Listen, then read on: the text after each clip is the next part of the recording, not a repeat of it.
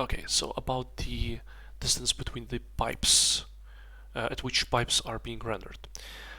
Previously we had it at a distance of 2, and now I've randomized it to be the distance between 1.5 to 2.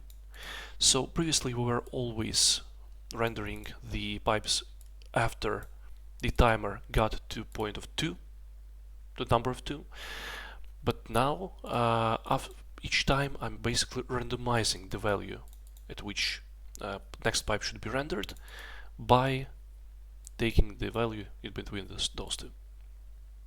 So that's about the distance between the pipes. About the pipe gap. Here's the pipe pair.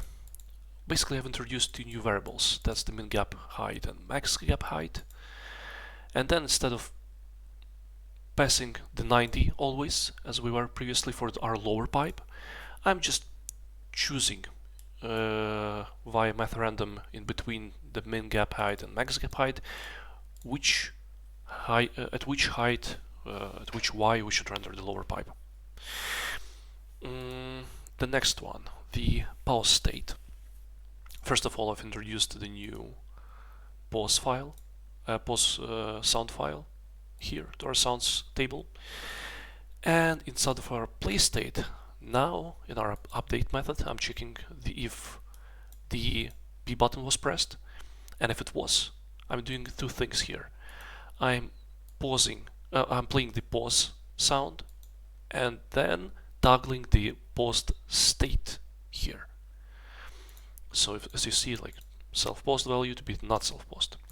And right after this handler, in case if we're in the paused state, then I'm just returning an empty value from the update, thus not performing all of the other update operations, just pausing our game. The other part of the pause functionality is the inside of our play state render.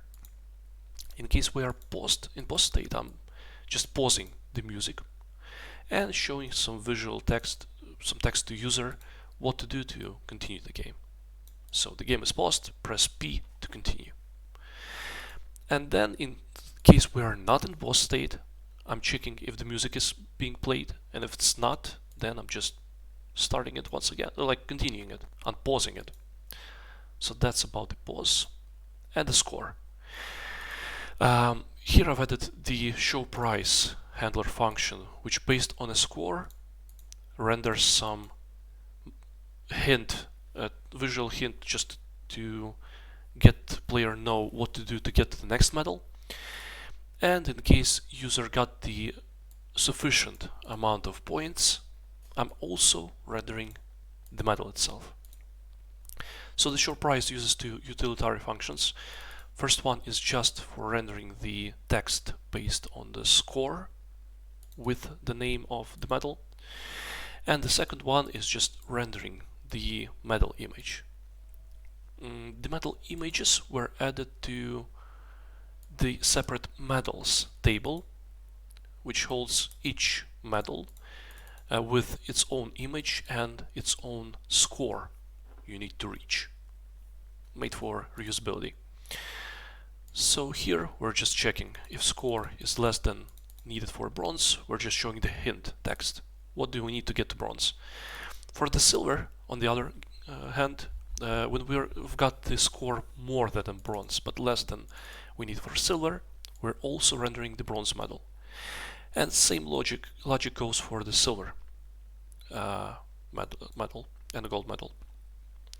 On the other hand, when we've got the score more or equal to our medals, to our gold score, then we're basically rendering the gold medal but not rendering any hints anymore, because basically we've got no more prizes for the user.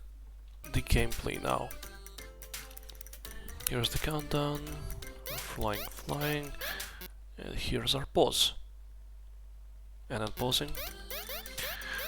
Now, you can also notice the distance between the pipes being rendered. And let's say our bronze medal.